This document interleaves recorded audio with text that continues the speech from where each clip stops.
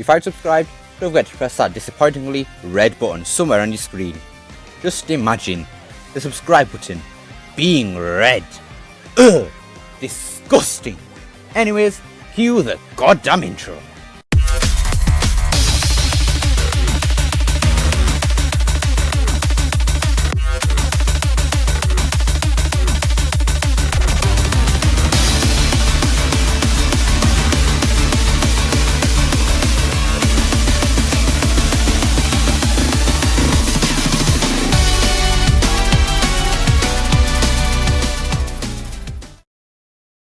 Guys, I really am trying to be positive for Sonic this year.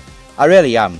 But with the recent news we've been getting, Sonic's 30th anniversary is really going downhill. It's just disappointing. But I just want to say one thing. None of this is Sega's fault. You'll see what I mean when we dive into today's news. So, without any further ado, ladies and gentlemen, boys and girls, let's take a look at the news at hand. Sega's release slate was cut almost in half by COVID-19 disruption. Japanese firm forecasts 30 new releases this fiscal year in August 2020, but it now expects just 18 by the end of March. Almost half of Sega's expected game releases have slipped from the current fiscal year due to the disruptions caused by the COVID-19 pandemic. In an investor Q&A following its third quarter financial results, the firm was asked to explain the sharp decline in the number of games expected to have launched before March 31st, 2021. In August 2020, that number was 30, and that fell to 22 in November. It now sits at 18 new products for the fiscal year. The major factor has been delays in development, especially in the US and Europe, due to the impact of lockdowns, Sega replied. Almost none of our employees have been able to commute to the office, and this is a big impact. Sega is, of course, one of the many publishers forced to adjust their release plans due to the impact of COVID-19. The more high-profile examples of project delay include Gran Turismo 7, Halo Infinite, and, only yesterday, Destiny's next expansion, Witch Queen. However, the degree to which release schedules have been affected has only been made as plain as in these numbers, with 40% of Sega's intended launches for the year slipping between August 2020 and February 2021. However, while the company has launched fewer new games than expected, its games revenues have been strong throughout the pandemic, a favourable trend reported by many publishers, as people turn to games in increasing numbers to occupy their time. Sega noted a marked increase in its downloads ratio, from 40% a year ago to 60% now, with much of that change coming from higher catalogue sales. We think this higher download ratio is how the factor boosting up repeat sales, the company said. So, unfortunately, it really looks like the pandemic has had a huge impact on Sega, no one being able to turn up to work, and half the games that were supposed to have been released by March have been delayed. So, how does this affect Sonic's 30th anniversary? Well, we don't have any information on what those 12 games that were delayed actually were. Some of them could have been Sonic games, and since they've been delayed, they might not even release this year, or much later than expected. This also means we could have actually had a Sonic game in 2020. Maybe Sega were going to reveal something on December 2nd, instead of those terrible wallpapers and everything, but because of delays, couldn't. Sega have also not been able to make more significant amounts of money because they've been releasing as many games as planned. Thankfully, repeat sales of previous games look like they've been going up, which is great news. One last thing to discuss here is the development of this next Sonic game. A lot of Sega employees weren't able to turn up to work, and as a result, games were delayed because of not enough development. What does this mean for the next Sonic game? It's bound to have been affected by all this, and means it's gone through development hell. Again. If Sega plan on releasing a Sonic game this year, and it's as buggy as 06 and Rise of Lyric, it's not going to end well at all. I think that if this Sonic game isn't doing too well in terms of development, Sega should just delay it. As much as I want a new Sonic game, I also want a good new Sonic game, and a Rush game is not that. I just want Sega to be upfront about all this, and tell us how development is going. Is the game coming this year, or not?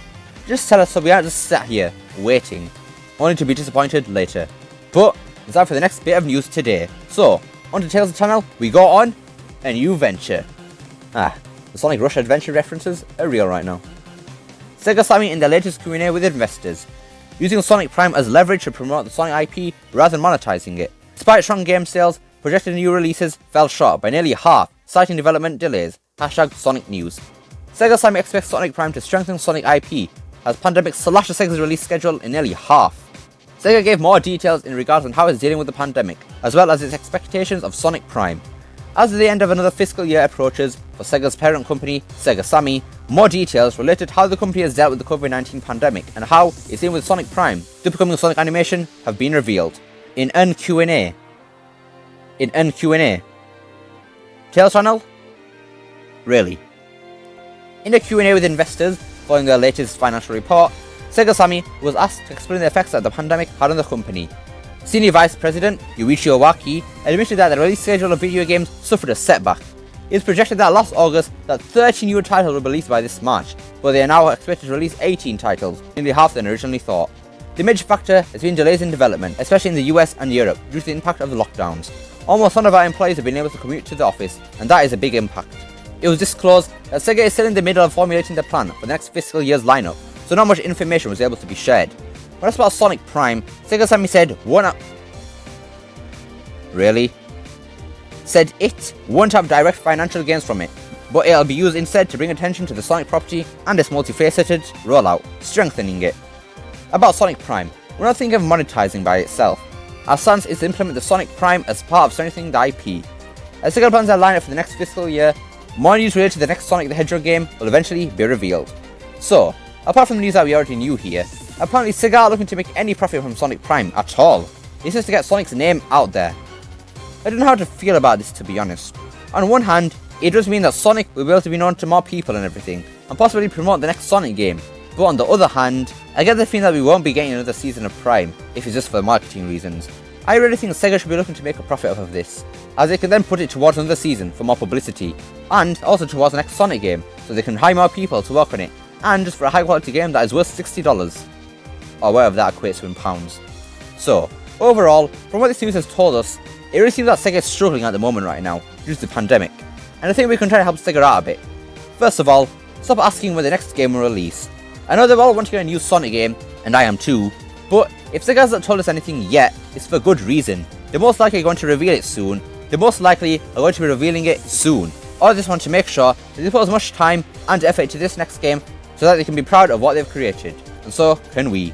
Another thing, don't just say this is all just a silly excuse for Sega from the fans, because it is an excuse. I'm pretty sure Sega would have delayed 12 games and fire over 600 employees just for the fun of it. No, they certainly would not do that. Sega are doing the best they can so they can make it out alive, and be able to put out worthwhile games, so don't start slandering and hating on them right now, at a time when they're extremely vulnerable. For all we know, Sega could have to shut down as a whole tomorrow because of how much they're struggling, so don't take things for granted here.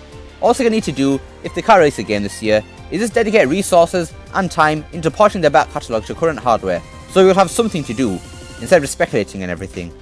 It really isn't asking for too much, and it's nothing big either, and it will help them out a lot too. Anyways, that's what wraps it for today's video. Sega is really struggling, it seems, which is bad for Sonic's 30th anniversary, but all we can do is be supportive towards Sega, because you have to remember that the people at Sega are still human beings. They still have feelings just like us. You know what? Everyone, let's all just give a huge round of applause for Sega for doing all they can to get through all this. Woo, yes, you go Sega. Great job. We love you guys.